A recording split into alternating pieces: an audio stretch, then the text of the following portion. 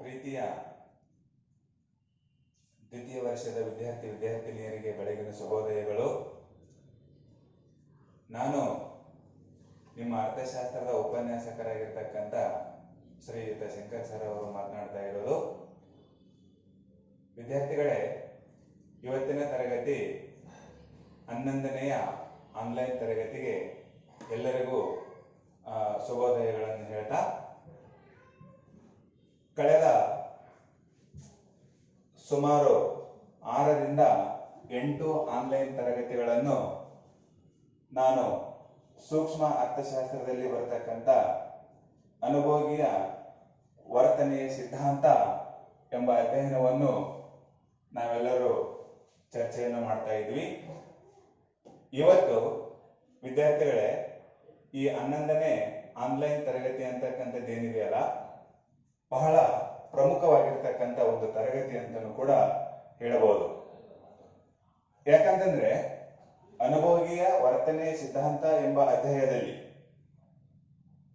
6 ಅಂಕಗಳಿಗೆ ಸಂಬಂಧಪಟ್ಟಿರ್ತಕ್ಕಂಥ ಪ್ರಶ್ನೆ ಅದು. ಇವತ್ತು ಆ ಒಂದು ಪ್ರಶ್ನೆಯನ್ನು ನೀವು ಎಲ್ಲರೂ ಏನ್ ಮಾಡೋದಂತ ಚರ್ಚೆಯನ್ನು ಮಾಡೋಣ. ಪ್ರಶ್ನೆ ಯಾವುದು ಅಂತಂದ್ರೆ 6 ಅಂಕಗಳಿಗೆ ಸಂಬಂಧಪಟ್ಟಿರ್ತಕ್ಕಂಥದ್ದು.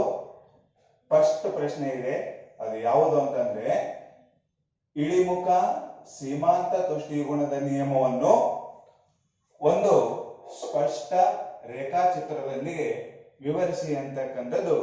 ಇದು ಫಾರ್ಮೆಟ್ ಅಲ್ಲಿ ಇರ್ತಕ್ಕಂಥ ಒಂದು ಪ್ರಶ್ನೆ. ಇನ್ನೊಂದ್ಸಲ ಕೇಳ್ರಿ, ಎಲ್ಲರೂ ಫಾರ್ಮೆಟ್ ಅನ್ನು ತೆಗಿಬೇಕು. ಅದರಲ್ಲಿ 6 ಅಂಕಕ್ಕೆ ಸಂಬಂಧಪಟ್ಟಿರ್ತಕ್ಕಂಥದ್ದು ಯಾವುದು ಅಂತಂದ್ರೆ, ಇಳಿಮುಖ ಸೀಮಾಂತ ತುಷ್ಟಿಗುಣದ ನಿಯಮವನ್ನು ಒಂದು ಸ್ಪಷ್ಟ ರೇಖಾಚಿತ್ರದೊಂದಿಗೆ ವಿವರಿಸಿ. Write the explanation and diagram. Law of diminishing marginal utility ಅಂತಕ್ಕಂಥದ್ದು. Write the explanation and with the diagram the law of diminishing marginal utility ಅಂದ್ರೆ ಇಳಿಮುಖ ಸೀಮಾಂತ ತುಷ್ಟಿಗುಣದ ನಿಯಮವನ್ನು ಒಂದು ಸ್ಪಷ್ಟ ರೇಖಾಚಿತ್ರದೊಂದಿಗೆ ವಿವರಿಸಿ ಅಂತಕ್ಕಂಥದ್ದು ಇವತ್ತು ನಾವು ಮತ್ತು ನೀವು ಚರ್ಚೆ ಮಾಡತಕ್ಕಂಥ ಒಂದು ಪ್ರಶ್ನೆ. ಹಾಗಾಗಿ ಇವತ್ತಿನ ಪ್ರಶ್ನೆ ಇಳಿಮುಖ ಸೀಮಾಂತ ತುಷ್ಟಿಗುಣದ ನಿಯಮ, the law of diminishing marginal utility. ಈ ಪ್ರಶ್ನೆ ಬಂದಾಗ ನಾವು ಫಸ್ಟ್ ಈ ಎಲ್ಲ ಮುಖ್ಯಾಂಶಗಳನ್ನು ನಾವು ಫಸ್ಟ್ ಬರೆಯಬಹುದು. ದ ಫಸ್ಟ್ ಒನ್ ಪೀಠಿಕೆ. ಎರಡನೇದು ಇಳಿಮುಖ ಸೀಮಾಂತ ತುಷ್ಟಿಗುಣದ ಅರ್ಥ.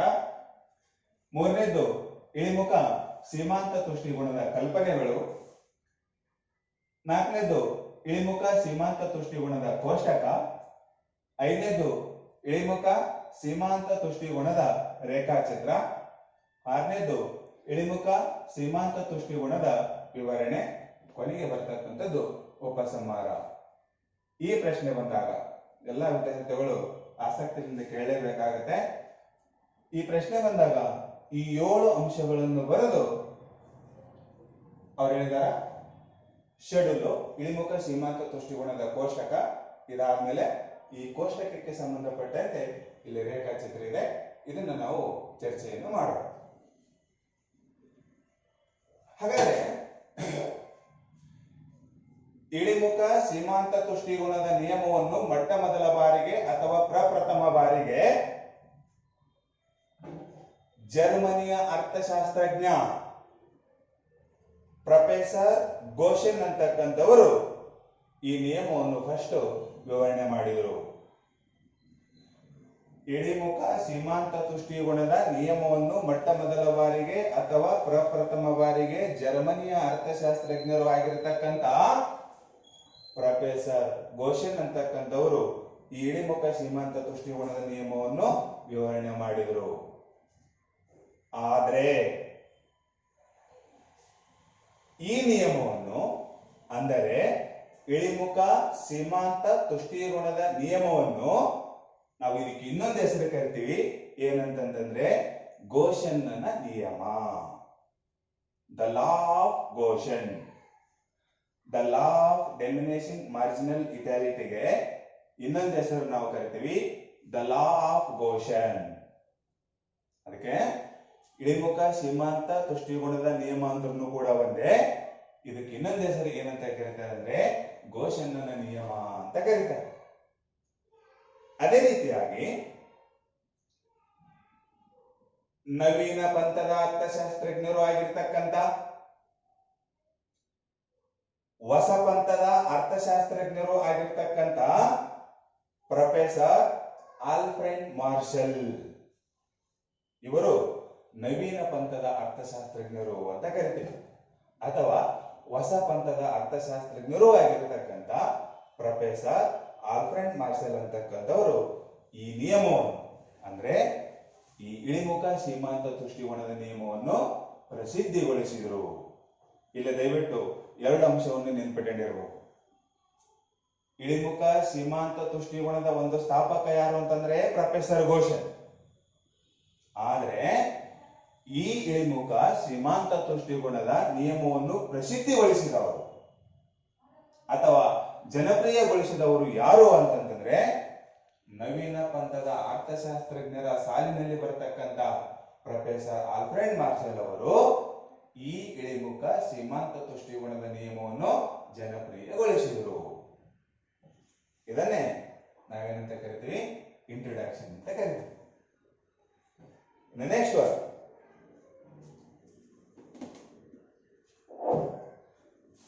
ಇದು ಇಂಟ್ರೊಡಕ್ಷನ್ ಮುಗಿತು. ಇನ್ನು ಬಹಳ ಪ್ರಮುಖವಾಗಿರ್ತಕ್ಕಂಥದ್ದು ಇಳಿಮುಖ ಸೀಮಾಂತ ತುಷ್ಟಿಗುಣದ ಅರ್ಥ ಏನು ಹಂಗಂದ್ರೆ ಇಲ್ಲಿ ಇಳಿಮುಖ ಸೀಮಾಂತ ತುಷ್ಟಿಗುಣ ಎಂದರೆ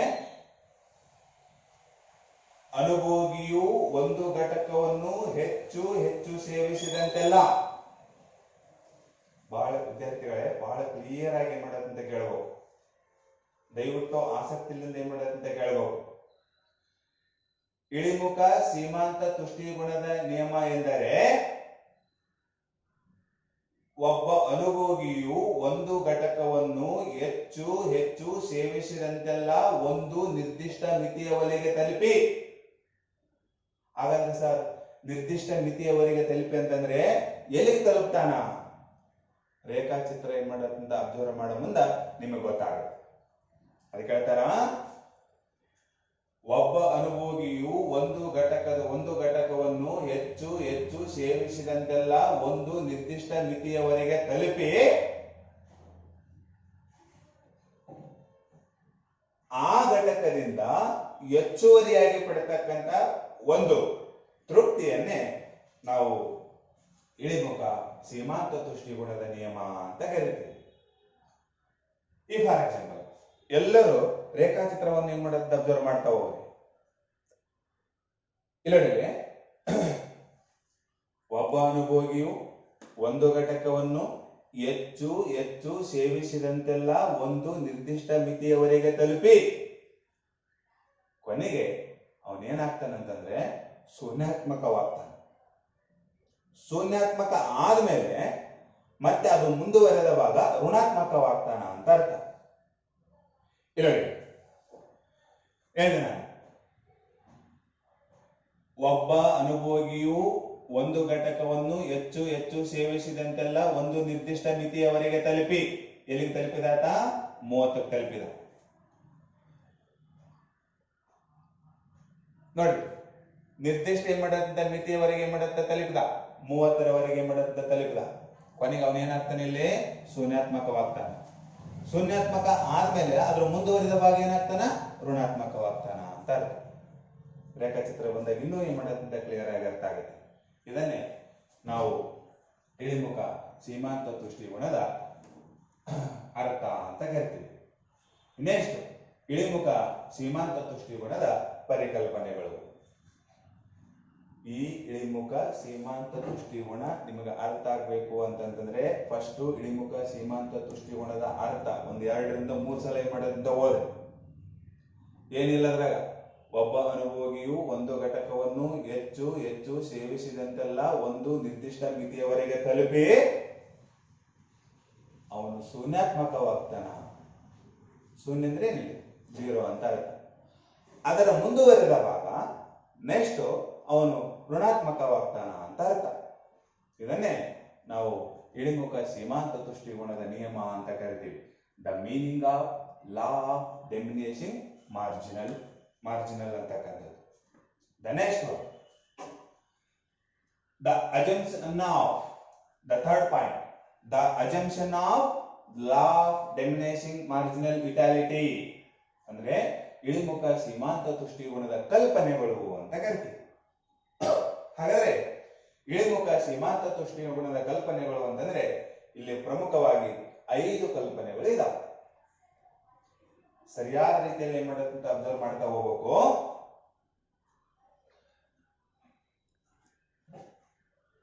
ಒಂದನೇದು ಇಳಿಮುಖ ಸೀಮಾಂತ ತುಷ್ಟಿಗುಣದ ಕಲ್ಪನೆಗಳಲ್ಲಿ ಬರ್ತಕ್ಕಂಥ ಒಂದನೇ ಕಲ್ಪನೆ ಯಾವುದು ಅಂತಂದ್ರೆ ಅನುಭೋಗದ ಘಟಕಗಳು ನಿರ್ದಿಷ್ಟ ಗಾತ್ರದ ಘಟಕಗಳಾಗಿರಬೇಕು. ಇದು ಒಂದನೇ ಕಲ್ಪನೆ. ಎರಡನೇದು ವಸ್ತುವಿನ ಎಲ್ಲಾ ಘಟಕಗಳು ರುಚಿ, ಬಣ್ಣ, ಆಕಾರ ಮತ್ತು ಗಾತ್ರಗಳಲ್ಲಿ ಒಂದೇ ರೀತಿಯಾಗಿರಬಹುದು. ಇದು ಎರಡನೇ ಕಲ್ಪನೆ. ಇನ್ನು ಮೂರನೇ ಕಲ್ಪನೆ, ವಸ್ತುವಿನ ವಿವಿಧ ಘಟಕಗಳನ್ನು ಅನುಭೋಗಿಯು ನಿರಂತರವಾಗಿ ಅನುಭವಿಸುತ್ತಿರಬೇಕು. ನಾಲ್ಕನೇ ಕಲ್ಪನೆ, ಅನುಭೋಗಿಯು ವಿಚಾರಶೀಲವುಳ್ಳವನಾಗಿರಬೇಕು. ಅನುಭೋಗಿ ನೋಡಿ, ಈ 5 ಕಲ್ಪನೆಗಳಲ್ಲಿ ಪ್ರಮುಖವಾಗಿರ್ತಕ್ಕಂಥದ್ದು ನಾಲ್ಕನೇ ಕಲ್ಪನೆ ಬಹಳ ಎಲ್ಲ ನೆನಪಿನಲ್ಲಿಟ್ಟುಕೊಂಡಿರಬಹುದು. ಏನು? ಅನುಭೋಗಿಯು ವಿಚಾರಶೀಲವುಳ್ಳವನಾಗಿರಬೇಕು ಅಂದ್ರೆ ಶಾಣ್ಯಾಗಿರ್ಬೇಕು ಅಂತ ಅರ್ಥ. ವಿಚಾರಶೀಲವುಳ್ಳವನಾಗಿರಬೇಕು ಅಂತಂದ್ರೆ ಒಂದ್ ಸ್ವಲ್ಪ ಶಾಣೆ ಇರ್ಬೇಕು ಅಂತ ಅರ್ಥ. ಸೇಬಣ್ಣೆ ಓದು, ಬಾಳೆಹಣ್ಣೆ ಓದು, ಫಸ್ಟ್ ಕಂಡಿಡಿಯೋದು ಗೊತ್ತಿರ್ಬೇಕತ್ತಗ.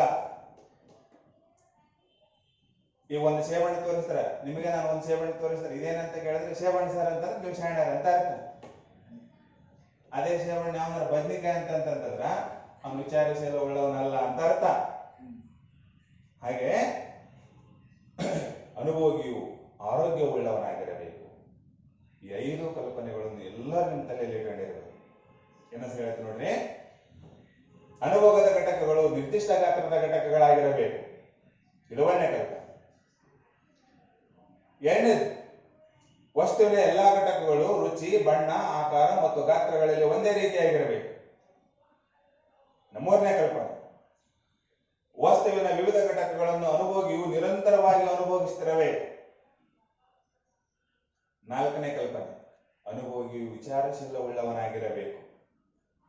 ಐದನೇದು, ಅನುಭೋಗಿಯು ಆರೋಗ್ಯವಂತನಾಗಿರಬೇಕು. ಈ 5 ಅಂಶಗಳು ಇಳಿಮುಖ ಸೀಮಾಂತ ತುಷ್ಟಿಗುಣದ ಕಲ್ಪನೆಗಳು ಅಂತ ಕರೀತೀವಿ. The assumption of law of diminishing marginal utility ಅಂದ್ರೆ ಇಳಿಮುಖ ಸೀಮಾಂತ ತುಷ್ಟಿಗುಣದ ಕಲ್ಪನೆಗಳು ಅಂತ ಕರಿತೀವಿ.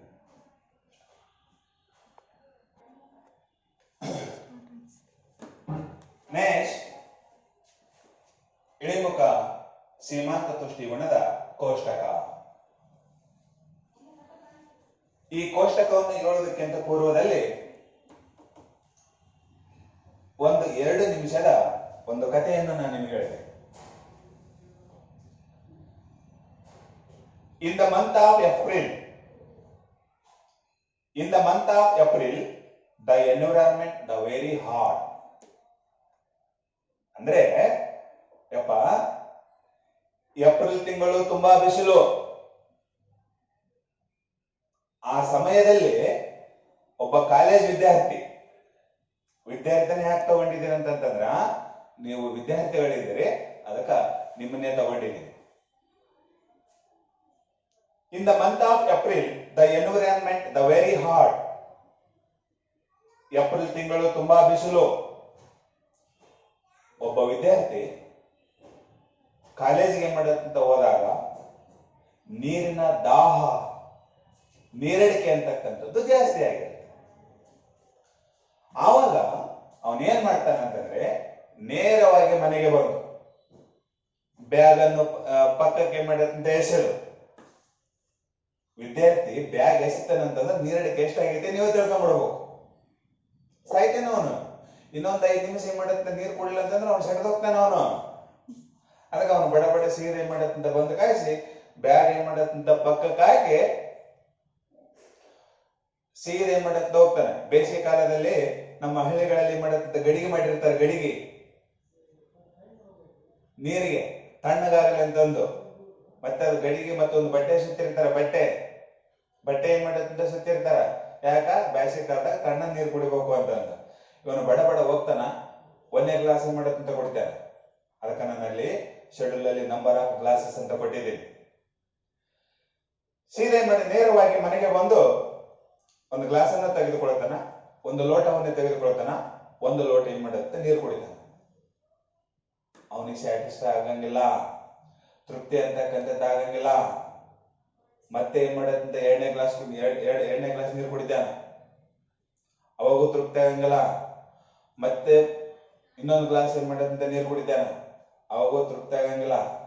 ಮತ್ತೆ ಇನ್ನೊಂದು ಗ್ಲಾಸ್ ಏನ್ ಮಾಡತ್ತಂತ ನೀರು ಕುಡಿತಾನ, ಅವಾಗ ಅವ್ರಿಗೇನು ಗೊತ್ತಾಗುತ್ತಾ, ಸಾಕಪ್ಪ ನೀರು. ನಾವ ಕೈ ಹಿಡ್ಕೋಬೇಕು. ಅವಾಗ ಇಲ್ಲ ಇನ್ನೊಂದು 3 ಗ್ಲಾಸ್ ಕೊಡಿ ನೀನು, ಅಳಕತ್ತಿ ಬಿಡ್ತಾನ.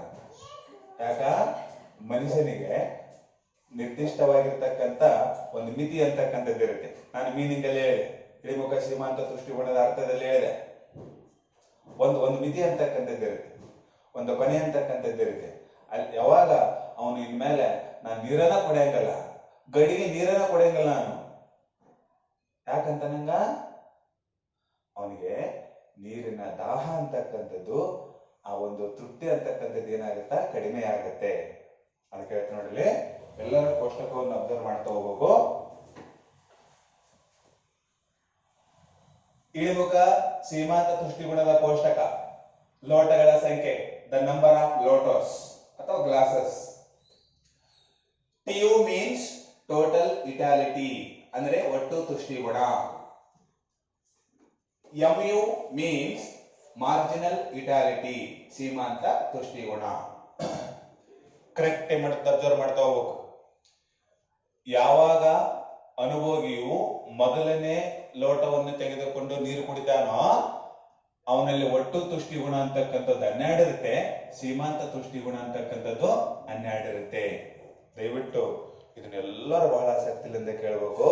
ಯಾಕಂತಂದ್ರೆ ನಮ್ಮ ಅರ್ಥಶಾಸ್ತ್ರದಲ್ಲಿ ಹೇಳುತ್ತೆ, ಯಾವ ಅನುಭೋಗಿಯು ಮೊದಲ ಘಟಕವನ್ನು ಸೇವಿಸಿದಾಗ ಅವನು 100ಕ್ಕೆ 100ರಷ್ಟು ತೃಪ್ತಿಯನ್ನು ಪಡಿತಾನ. ಇದನ್ನೆಲ್ಲ ನೆನಪಿಟ್ಟಿರಬೇಕು. ಅದಕ್ಕ ಅನುಭೋಗಿಯು ಮೊದಲನೇ ಲೋಟ ನೀರನ್ನು ಸೇವಿಸಿದಾಗ ಅವನಲ್ಲಿ ಒಟ್ಟು ತುಷ್ಟಿಗುಣ ಅಂತಕ್ಕಂಥದ್ದು 12 ಇರುತ್ತೆ, ಸೀಮಾಂತ ತುಷ್ಟಿಗುಣ ಅಂತಕ್ಕಂಥದ್ದು 12 ಇರುತ್ತೆ. ಯಾಕಂತಂದ್ರೆ 100ಕ್ಕೆ 100ರಷ್ಟು ಇವನು ಇಲ್ಲಿ ಏನ್ ಮಾಡ್ತಾನ, ತೃಪ್ತಿಯನ್ನು ಪಡ್ತಾನ. 100ಕ್ಕೆ 100ರಷ್ಟು ತೃಪ್ತಿಯನ್ನು ಪಡ್ತಾನ ಅಂತಕ್ಕಂಥದ್ದು. ಅದಕ್ಕ ಟೋಟಲ್ ಇಟಾಲಿಟಿ 12, ಮಾರ್ಜಿನಲ್ ಇಟಾಲಿಟಿ 12. ಇದೇ ಅನುಭೋಗಿಯು 2ನೇ ಗ್ಲಾಸ್ ನೀರನ್ನು ತೆಗೆದುಕೊಂಡಾಗ ಅವನಲ್ಲಿ ಒಟ್ಟು ತುಷ್ಟಿಗುಣ ಅಂತಕ್ಕಂಥದ್ದು ಏನಕ್ಕೆ ಅಂತ ಬರುತ್ತೆ, ಹೆಚ್ಚಕ್ಕೆ ಅಂತ ಬರುತ್ತೆ. ಒಂದು ಅಬ್ಸರ್ವ್ ಮಾಡ್ತಾ ಹೋಗಿ, ಲೋಟಗಳ ಸಂಖ್ಯೆ ಹೆಚ್ಚಾದಂತೆಲ್ಲ ಒಟ್ಟು ತುಷ್ಟಿಗುಣ ಏನಾಗುತ್ತಾ, ಹೆಚ್ಚಾಗುತ್ತೆ. ಅಂಡರ್ಸ್ಟ್ಯಾಂಡ? ನೋಡಿ, ಲೋಟಗಳ ಸಂಖ್ಯೆ ಹೆಚ್ಚಾದಂತೆಲ್ಲ ಒಟ್ಟು ತುಷ್ಟಿಗುಣ ಸಂಖ್ಯೆಯು ಕೂಡ ಹೆಚ್ಚಾಗುತ್ತೆ, ಒಟ್ಟು ತುಷ್ಟಿಗುಣವು ಕೂಡ ಹೆಚ್ಚಾಗುತ್ತೆ. ಆದ್ರೆ ಸೀಮಾಂತ ತುಷ್ಟಿಗುಣ ಅಂತಕ್ಕಂಥದ್ದು ಏನಾಗುತ್ತಾ, ಕಡಿಮೆ ಅಂತ ಬರುತ್ತೆ. ಮತ್ತೆ ಅದನ್ನ ಹೆಚ್ಚು ಮಾಡಿಕೊಂತ ಹೋಗ್ಬಿಟ್ರೆ ನೀವು ಎಮೋಷನ್, ಲೋಟಗಳ ಸಂಖ್ಯೆ ಹೆಚ್ಚಾದಾಗ ಒಟ್ಟು ತುಷ್ಟಿಗುಣ ಅಂತಕ್ಕಂಥದ್ದು ಜಾಸ್ತಿ ಆಗುತ್ತೆ, ಸೀಮಾಂತ ತುಷ್ಟಿಗುಣ ಅಂತಕ್ಕಂಥದ್ದು ಕಡಿಮೆ ಆಗುತ್ತೆ. ಎಲ್ಲಿಯವರೆಗೂ? ಆಕಾಶದೆತ್ತರವರೆಗೂ ಅಲ್ಲ, ಒಂದು ನಿರ್ದಿಷ್ಟ ಮಿತಿಯವರೆಗೆ. ಅದಕ್ಕೆ ಹೇಳ್ತಾರೆ ಅವ್ರು ನೋಡಲಿ, 1ನೇ ಗ್ಲಾಸ್ ನೀರು ಕುಡಿದಾಗ ಟೋಟಲ್ ಇಟಾಲಿಟಿ 12, ಮಾರ್ಜಿನಲ್ ಇಟಾಲಿಟಿ 12. 2ನೇ ಗ್ಲಾಸ್ ನೀರು ಕುಡಿದಾಗ ಒಟ್ಟು ತುಷ್ಟಿಗುಣ ಅಂತಕ್ಕಂಥದ್ದು ಹೆಚ್ಚಂಕೆತ ಹೋಗುತ್ತೆ, ಸೀಮಾಂತ ತುಷ್ಟಿಗುಣ ಅಂತಕ್ಕಂಥದ್ದು ಕಡಿಮೆ ಅಂತ ಬರುತ್ತೆ. 3ನೇ ಲೋಟ ನೀರು ಕುಡಿದಾಗ ಒಟ್ಟು ತುಷ್ಟಿಗುಣ 26, ಸೀಮಾಂತ ತುಷ್ಟಿಗುಣ 12. 4ನೇ ಲೋಟ ನೀರನ್ನು ಕುಡಿದಾಗ ಒಟ್ಟು ತುಷ್ಟಿಗುಣ 30, ಸೀಮಾಂತ ತುಷ್ಟಿಗುಣ 4. ನೋಡಿ,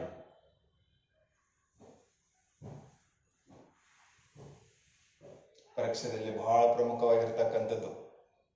ಇದನ್ನು ನೀವಾ ತಗೋಬೇಕು. ಯಾಕೆ? ಲೋಟಗಳ ಸಂಖ್ಯೆ 4, ಒಟ್ಟು ತುಷ್ಟಿಗುಣ 30, ಸೀಮಾಂತ ತುಷ್ಟಿಗುಣ 4. ಆದರೆ 5ನೇ ಲೋಟ ನೀರನ್ನು ಕುಡಿದಾಗ, ನೋಡಿ, 5ನೇ ಲೋಟ ನೀರನ್ನು ಕುಡಿದಾಗ ಒಟ್ಟು ತುಷ್ಟಿಗುಣ ಹೆಚ್ಚಾಗಿಲ್ಲ. ಒಟ್ಟು ತುಷ್ಟಿಗುಣ ಹೆಚ್ಚಾಗಿಲ್ಲ. ಹಾಗಾದ್ರೆ ಒಟ್ಟು ತುಷ್ಟಿಗುಣ ಹೆಚ್ಚಾಗಿಲ್ಲ ಅಂತಂದ್ರೆ ಸೀಮಾಂತ ತುಷ್ಟಿಗುಣ ಏನಾಗಿರುತ್ತ? 0 ಆಗಿರುತ್ತೆ. ಸಾಕು ನೀರು ನೀಡಕ್ ಸಾಕು. ಅವನು ಅಲ್ಲಿಗೆ ಮಾಡುತ್ತೆ, ಬಿಟ್ಟು ಅವನಿಗೆ ತೃಪ್ತಿ ಅಂತಕ್ಕಂಥದ್ದು ಕಳ್ಕೊಂಡ್ಬಿಟ್ಟಿದ್ದ. ನೀರಿನ ಬಗ್ಗೆ ತೃಪ್ತಿಯನ್ನು ಕಳ್ಕೊಂಡ್ಬಿಟ್ಟಿದ್ದಾನು. ಇನ್ನು 6ನೇ ಕ್ಲಾಸ್ ಏನ್ ಮಾಡತ್ತಂತ ನೀರನ್ನು ಕುಡಿದಾಗ ನೋಡಿ, ಅವನಲ್ಲಿ ಒಟ್ಟು ತುಷ್ಟಿಗುಣ ಏನಕ್ಕೆ ಅಂತ ಹೋಗುತ್ತಾ? ಇಲ್ಲಿ ಇಳಿಯುತ್ತೆ.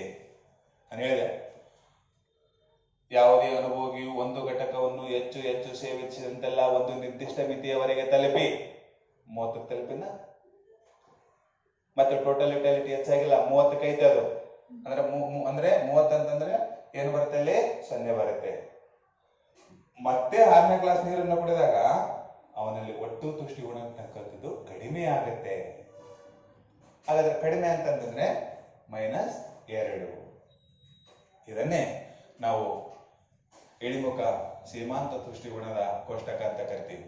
1ನೇ ಗ್ಲಾಸ್ ನೀರು ಕುಡಿದಾಗ 12, 2ನೇ ಗ್ಲಾಸ್ ನೀರು ಕುಡಿದಾಗ ಒಟ್ಟು ತುಷ್ಟಿಗುಣ 20, ಸೀಮಾಂತ ತುಷ್ಟಿಗುಣ 8, 3ನೇ ಗ್ಲಾಸ್ ನೀರು ಕುಡಿದಾಗ ಒಟ್ಟು ತುಷ್ಟಿಗುಣ 26, ಸೀಮಾಂತ ತುಷ್ಟಿಗುಣ 6, 4ನೇ ಗ್ಲಾಸ್ ನೀರನ್ನು ಕುಡಿದಾಗ ಒಟ್ಟು ತುಷ್ಟಿಗುಣ 30, ಸೀಮಾಂತ ತುಷ್ಟಿಗುಣ 4, 5ನೇ ಗ್ಲಾಸ್ ನೀರನ್ನು ಕುಡಿದಾಗ ಒಟ್ಟು ತುಷ್ಟಿಗುಣ 30, ಸೀಮಾಂತ ತುಷ್ಟಿಗುಣ 0, 6ನೇ ಗ್ಲಾಸ್ ನೀರನ್ನು ಕುಡಿದಾಗ ಒಟ್ಟು ತುಷ್ಟಿಗುಣ 28, ಸೀಮಾಂತ ತುಷ್ಟಿಗುಣ 2, -2 ಅಂತಕ್ಕಂಥದ್ದು. ಇದನ್ನೇ ನಾವು ಇಳಿಮುಖ ಸೀಮಾಂತ ತುಷ್ಟಿಗುಣದ ಕೋಷ್ಟಕ ಅಂತ ಕರಿತೀವಿ. ಹಾಗಾದ್ರೆ ಇಲ್ಲಿ ಅಬ್ಸರ್ವ್ ಮಾಡ್ತಾ ಹೋಗ್ಬೇಕು. ನಾವು ಫಸ್ಟ್ ದಯವಿಟ್ಟು ಎಲ್ಲ ವಿದ್ಯಾರ್ಥಿಗಳು ಈ ಕಾಲಮ್ ಅನ್ನು ಸ್ವಲ್ಪ ನೋಡಬೇಡ್ರಿ. ಸದ್ಯ ಇವೆರಡನ್ನು ಅಬ್ಸರ್ವ್ ಮಾಡ್ತಾ ಹೋಗು. ಯಾವುದು? ಲೋಟಗಳ ಸಂಖ್ಯೆ ಕಾಲಮು, ಮತ್ತಿನ್ನೊಂದು ಒಟ್ಟು ತುಷ್ಟಿಗುಣದ ಕಾಲಮು. ದಯವಿಟ್ಟು ಇದನ್ನ ನೋಡಬಾರ್ದು. ಇದನ್ನ ಆಮೇಲೆ ಏನ್ ಮಾಡೋದು ಅಂತ ನೋಡಬೇಕಿಲ್ಲ ನನಗೆ. ಆಮೇಲೆ ಈಗ ಸದ್ಯದ ಮಟ್ಟಿಗೆ ಇದನ್ನ ಅಬ್ಸರ್ವ್ ಮಾಡ್ತಾ ಹೋಗು. ನೋಡಿ, ಲೋಟಗಳ ಸಂಖ್ಯೆ 1, ಒಟ್ಟು ತುಷ್ಟಿಗುಣ 12.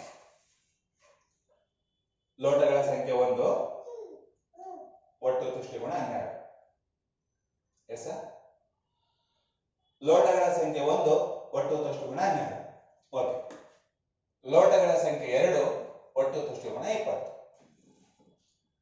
ಲೋಟಗಳ ಸಂಖ್ಯೆ 2, ಒಟ್ಟು ತುಷ್ಟಿಗುಣ 20.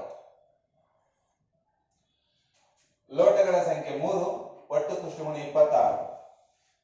ಲೋಟಗಳ ಸಂಖ್ಯೆ 3, ಒಟ್ಟು ತುಷ್ಟಿಗುಣ 26.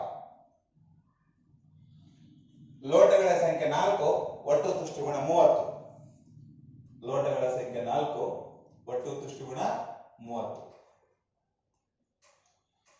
ಲೋಟಗಳ ಸಂಖ್ಯೆ 5, ಒಟ್ಟು ತುಷ್ಟಿಗುಣ 30. ಲೋಟಗಳ ಸಂಖ್ಯೆ 5, ಒಟ್ಟು ತುಷ್ಟಿಗುಣ 30. ಲೋಟಗಳ ಸಂಖ್ಯೆ 6, ಒಟ್ಟು ತುಷ್ಟಿಗುಣ 28. ಲೋಟಗಳ ಸಂಖ್ಯೆ 6, ಒಟ್ಟು ತುಷ್ಟಿಗುಣ 28. ಎಂತ 28? -28. ಅದಕ್ಕೆ ನಾನು ಬರೆದಿದ್ದೀನಿ.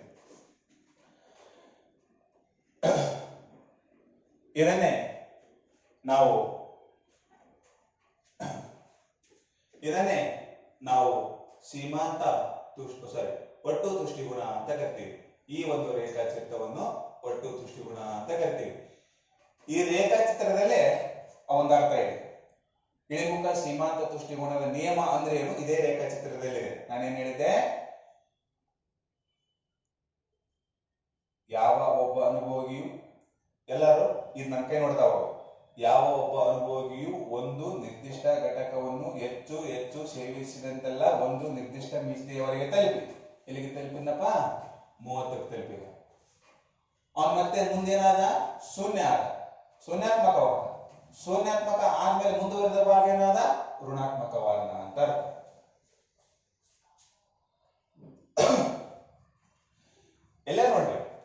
ಒಬ್ಬ ಅನುಭವಿಯು ಹೆಚ್ಚು ಹೆಚ್ಚು ಘಟಕ ಸೇವಿಸಿದಂತೆಲ್ಲ ಒಂದು ನಿರ್ದಿಷ್ಟ ಮಿತಿಯವರೆಗೆ ತಲುಪಿ 30 ತಲುಪಿನ ನೆಕ್ಸ್ಟ್ ಅವನು ಏನ್ ಮಾಡುತ್ತ ಶೂನ್ಯ ಅನ್ನ ನೆಕ್ಸ್ಟ್ ಏನ್ ಮಾಡುತ್ತ ಋಣಾತ್ಮಕವನ್ನ ಇದನ್ನೇ ನಾವು ಇಳಿಮುಖ ಸೀಮಾಂತ ತುಷ್ಟಿಗುಣದ ನಿಯಮ ಅಂತ ಕರಿತೀವಿ. ಈಗ ಮುಗಿತು. ಈಗ ಇದನ್ನ ಸ್ವಲ್ಪ ಏನ್ ಮಾಡುತ್ತೆ ಬಿಡ್ರಿ, ಇದನ್ನ ಅಬ್ಸರ್ವ್ ಮಾಡ್ಬೇಕೀಗ. ಈಗ ಯಾವುದು ಇದನ್ನ ಮತ್ತೆ ಇದನ್ನ ಅಬ್ಸರ್ವ್ ಮಾಡ್ರಿ. ಈಗ ಗೊತ್ತಾಯ್ತು. ಈಗ ಹಾಗಾದ್ರೆ ಇದು ಯಾವುದು TU ಒಟ್ಟು ತುಷ್ಟಿಗುಣ ಅಂತ ಕರಿತೀವಿ. ಈ ರೇಖಾಚಿತ್ರ ಎಲ್ಲರೂ ಅಬ್ಸರ್ವ್ ಮಾಡ್ತಾರೋ, ಈ ರೇಖಾಚಿತ್ರ ಇದು ಒಟ್ಟು ತುಷ್ಟಿಗುಣದ ರೇಖಾಚಿತ್ರ. ಇಲ್ಲಿ ಏನು ಬಂದಿದೆಯಲ್ಲ ಇದು ಸೀಮಾಂತ ತುಷ್ಟಿಗುಣದ ರೇಖಾಚಿತ್ರ. ನೋಡಿ ಅರ್ಥ ಆಗಿದೆ ಅನ್ಕೊಂಡಿದ್ದೀನಿ. ಈಗ ಸೀಮಾಂತ ತುಷ್ಟಿಗುಣದ್ದು ಲೋಟಗಳ ಸಂಖ್ಯೆ 1, ಸೀಮಾಂತ ತುಷ್ಟಿಗುಣ 12. ಅಬ್ಸರ್ವ್ ಮಾಡಿ. ಲೋಟಗಳ ಸಂಖ್ಯೆ 1, ಸೀಮಾಂತ ತುಷ್ಟಿಗುಣ 12. ಎಸ ಲೋಟಗಳ ಸಂಖ್ಯೆ 1, ಸೀಮಾಂತ ತುಷ್ಟಿಗುಣ 12. ಲೋಟಗಳ ಸಂಖ್ಯೆ 2, ಸೀಮಾಂತ ತುಷ್ಟಿಗುಣ 8. ಲೋಟಗಳ ಸಂಖ್ಯೆ 2, ಸೀಮಾಂತ ತುಷ್ಟಿಗುಣ 8. ಲೋಟಗಳ ಸಂಖ್ಯೆ 3, ಸೀಮಾಂತ ತುಷ್ಟಿಗುಣ 6. ಲೋಟಗಳ ಸಂಖ್ಯೆ 3, ಸೀಮಾಂತ ತುಷ್ಟಿಗುಣ 6. ಲೋಟಗಳ ಸಂಖ್ಯೆ 4, ಸೀಮಾಂತ ತುಷ್ಟಿಗುಣದ ಸಂಖ್ಯೆ 4. ಲೋಟಗಳ ಸಂಖ್ಯೆ 4, ಸೀಮಾಂತ ತುಷ್ಟಿಗುಣದ ಸಂಖ್ಯೆ 4. ಲೋಟಗಳ ಸಂಖ್ಯೆ 5, ಸೀಮಾಂತ ತುಷ್ಟಿಗುಣ 0. ನೋಡಿ, ಲೋಟಗಳ ಸಂಖ್ಯೆ 5, ಸೀಮಾಂತ ತುಷ್ಟಿಗುಣ 0. ಇಲ್ಲಿಂದ ನೋಡ್ರಿ 0 ಹುಡುಕ್ಬೇಡ್ರಿ ಮತ್ತೆ. ಲೋಟಗಳ ಸಂಖ್ಯೆ 6, ಸೀಮಾಂತ ತುಷ್ಟಿಗುಣ -2. ವಿದ್ಯಾರ್ಥಿಗಳೇ ಎಲ್ಲ ನೆನಪಿಟ್ಟುಕೊಂಡಿರಬೇಕು. ಇಲ್ಲಿ ಪ್ಲಸ್ ಅಂತಕ್ಕಂಥದ್ದಿದ್ರೆ ಇಲ್ಲೇನಿರುತ್ತೆ ಮೈನಸ್ ಅಂತಕ್ಕಂಥದ್ದಿರುತ್ತೆ. ಹಾಗಾಗಿ ಲೋಟಗಳ ಸಂಖ್ಯೆ 6, ಸೀಮಾಂತ ತುಷ್ಟಿಗುಣ 2. ನೋಡಿ, ಲೋಟಗಳ ಸಂಖ್ಯೆ 6, ಸೀಮಾಂತ ತುಷ್ಟಿಗುಣ -1 -2. ಅವಾಗ ನಾವೇನ್ ಮಾಡಬೇಕು, ಇಲ್ಲಿ ಒಂದು ರೇಖಾಚಿತ್ರವನ್ನು ಹಾಕ್ತಾ ಹೋಗ್ಬೇಕು. ಈ ರೇಖಾಚಿತ್ರ ಇದು ಒಟ್ಟು ತುಷ್ಟಿಗುಣದ ರೇಖಾಚಿತ್ರ ಆದ್ರೆ ಈ ರೇಖಾಚಿತ್ರ ಇದು ಸೀಮಾಂತ ತುಷ್ಟಿಗುಣದ ರೇಖಾಚಿತ್ರ ಅಂತ ಕರಿತೀವಿ. ವಿದ್ಯಾರ್ಥಿಗಳೇ, ಬಹಳ ಆಸಕ್ತಿಯಿಂದ ನಾನು ಈ ಪಾಠವನ್ನು ಮಾಡಿದ್ದೀನಿ. ದಯವಿಟ್ಟು ಎಲ್ಲಾ ವಿದ್ಯಾರ್ಥಿಗಳು ಈ ವಿಡಿಯೋವನ್ನು ಸರಿಯಾದ ರೀತಿಯಲ್ಲಿ ಆಲಿಸಿದ ಮೇಲೆ ನೀವೇನ್ ಮಾಡಬೇಕು ಅಂತಂದ್ರೆ, ನೋಟ್ಸ್ ಇದೆ, ನೋಟ್ಸ್ ಏನ್ ಮಾಡತ್ತಂತ ಹಾಕಿದ್ನಲ್ಲ, ಆ ನೋಟ್ಸ್ ಅನ್ನು ಒಂದು ಸಲ ಏನ್ ಮಾಡತ್ತಂತ ನೀವು ಓದಿದ್ದೇ ಆಗಿದ್ರೆ ಅರ್ಥ ಖಂಡಿತ ಏನ್ ಮಾಡತ್ತಂತ ಆಗುತ್ತೆ. ಹಾಗಾಗಿ ಎಲ್ಲಾ ವಿದ್ಯಾರ್ಥಿಗಳು ಈ ವಿಡಿಯೋವನ್ನು ಏನ್ ಮಾಡತ್ತಂತ ಗಮನಿಸಿ, ಏನಾದರೂ ಸಮಸ್ಯೆ ಅಂತಕ್ಕಂಥದ್ದಿದ್ರೆ ನೀವು ನನಗೆ ಮೆಸೇಜ್ ಅನ್ನು ಏನ್ ಮಾಡತ್ತಂತ ಮಾಡಬಹುದು. ದಯವಿಟ್ಟು ಇನ್ನು 6 ಮಾರ್ಕ್ಸ್ಗೆ ಸಂಬಂಧಪಟ್ಟಂತೆ 2 ಪ್ರಶ್ನೆ ಉಳಿದಿದ್ದಾವ. ಆ 2 ಪ್ರಶ್ನೆ ಏನ್ ಮಾಡತ್ತಂತ ಮುಗಿದ್ರೆ 2ನೇ ಚಾಪ್ಟರ್ ಕೂಡ ಕ್ಲೋಸ್ ಆಗುತ್ತೆ. ಎಲ್ಲಾ ವಿದ್ಯಾರ್ಥಿಗಳಿಗೆ ಒಂದು ಕ್ಯೂ ಮಾತನ್ನು ಹೇಳ್ತಾ ಇದ್ದೀನಿ. ಈ ಅಂದ್ರೆ ಅನುಭವಿ ವರ್ತನೆ ಸಿದ್ಧಾಂತ ಅಂತಕ್ಕಂಥದ್ದು ಏನು ಚಾಪ್ಟರ್ ಇದೆಯಲ್ಲ, ಅದು ಪರೀಕ್ಷೆಯಲ್ಲಿ 17 ಅಂಕಕ್ಕೆ ಬರುತ್ತೆ, 17 ಮಾರ್ಕ್ಸ್ಗೆ ಮಾಡತ್ತಂತ ಬರುತ್ತೆ. ಬರೇ 2ನೇ ಅಧ್ಯಾಯನೇ ಎಕ್ಸಾಮಿನೇಷನ್ ಅಲ್ಲಿ 17 ಮಾರ್ಕ್ಸ್ಗೆ ಬರುತ್ತೆ. ಹಾಗಾಗಿ ಎಲ್ಲಾ ವಿದ್ಯಾರ್ಥಿಗಳು ನೋಟ್ಸ್ ಅನ್ನು 99% ಏನ್ ಮಾಡತ್ತಂತ ಬರೆದಿದ್ದೀರಿ. ಹಾಗಾಗಿ ಇನ್ನೂ ಹೆಚ್ಚಿನ ರೀತಿಯಲ್ಲಿ ಈ ವಿಡಿಯೋವನ್ನು ಆಲಿಸಬೇಕಂತಂದು ದಯವಿಟ್ಟು ನಿಮ್ಮಲ್ಲಿ ಕೇಳ್ಕೊಳ್ತಾ ಇದ್ದೀನಿ. ಮತ್ತೆ ಮುಂದಿನ ತರಗತಿ ಇನ್ನೊಂದು ಪ್ರಶ್ನೆ ಇದೆ, ಬಹಳ ಚಂದಿದೆ. ಯಾವುದಂತಂದ್ರೆ ದ ಫೀಚರ್ಸ್ ಆಫ್ ಇಂಡಿಫರೆನ್ಸಸ್ ಕರ್ವ್ ಅಂತಕ್ಕಂಥದ್ದು. ಅಂದ್ರೆ ಔದಾಸೀನ್ಯ ವಕ್ರರೇಖೆಯ ಲಕ್ಷಣಗಳು ಅಂತಕ್ಕಂಥದ್ದಿದೆ. ಅದನ್ನ ಮುಂದಿನ ತರಗತಿಯಲ್ಲಿ ನಾನು ನಿಮಗೆ ಹೇಳ್ತಾ ಇದ್ದೀನಿ. ದಯವಿಟ್ಟು ಎಲ್ಲಾ ವಿದ್ಯಾರ್ಥಿಗಳು ಮತ್ತೊಮ್ಮೆ ವಿಡಿಯೋವನ್ನು ಸರಿಯಾದ ರೀತಿಯಲ್ಲಿ ಆಲಿಸಬೇಕೆಂತಂದು ತಮ್ಮಲ್ಲಿ ಕೇಳ್ಕೊಳ್ತಾ ಇದ್ದೀನಿ. ಧನ್ಯವಾದ.